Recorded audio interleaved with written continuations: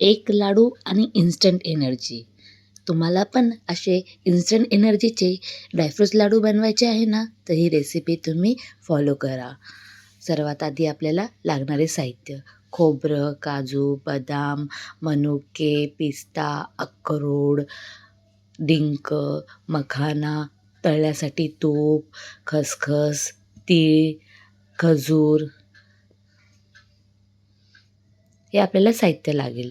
आणि सोबत आपल्याला पंपकिन सीड, सनफ्लावर सीड आणि खजूर पावडर लागणार 250 ग्राम. आता आपल्याला हे घेतलेले सामान एक एक करून आपल्याला भाजून घ्यायचे आहेत. सर्वात आधी मी खोबरं थोडं खरपूस असं लाल होईपर्यंत भाजून घेतलेलं आहे. त्यानंतर मखानासुद्धा मी 1 चमचा तूप टाकून चांगलं रोस्ट करून घेतलेलं आहे. त्यामुळे त्यातील कच्चेपणा निघून जातो आणि थोडे ते क्रिस्पी होतात.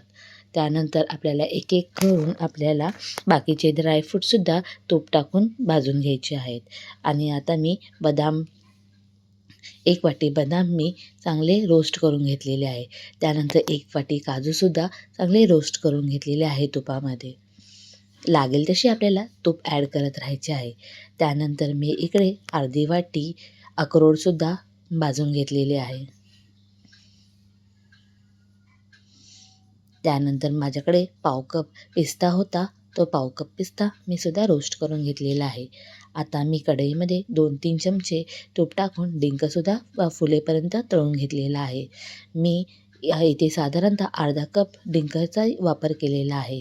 आपल्याला डिंक चांगला फुलेपर्यंत आपण त्याला तळून घेणार आहोत. नंतर मी खारीक पावडरसुद्धा मी त्याला चांगले भाजून घेतलेलं आहे. माझ्याकडे पाव किलो खारीक पावडर होती, ती मी भाजून घेतलेली आहे.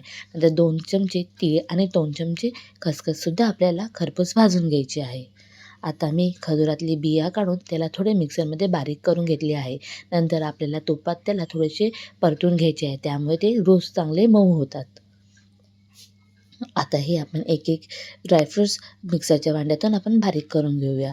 सर्वात आधी मी सुके सगळे हे भाजून घेतलेले आहे. खोबरं, खसखस, तीळ, मखाना ह्याची पावडर करून घेतलेली आहे. त्यामध्ये मी खारीक पावडरसुद्धा ॲड केलेली आहे. आता आपल्याला काजू, बदाम, पिस्ता, अक्रोडसुद्धा बारीक करून घ्यायचे आहे.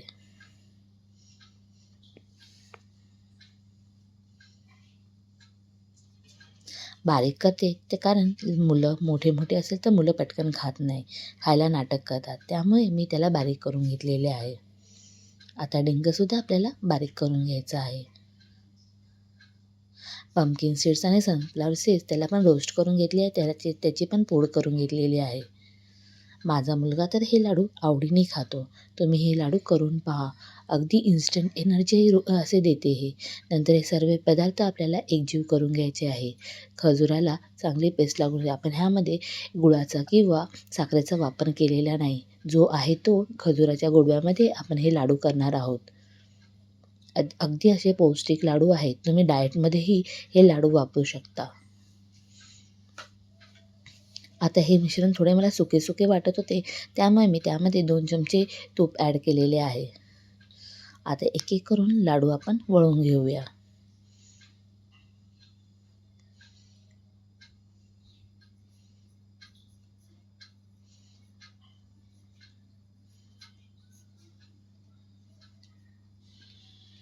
मस्त आपले खरपूस लाडू तयार आहेत आणि इम्युनिटी पण वाढते. तुम्हीही करून पहा.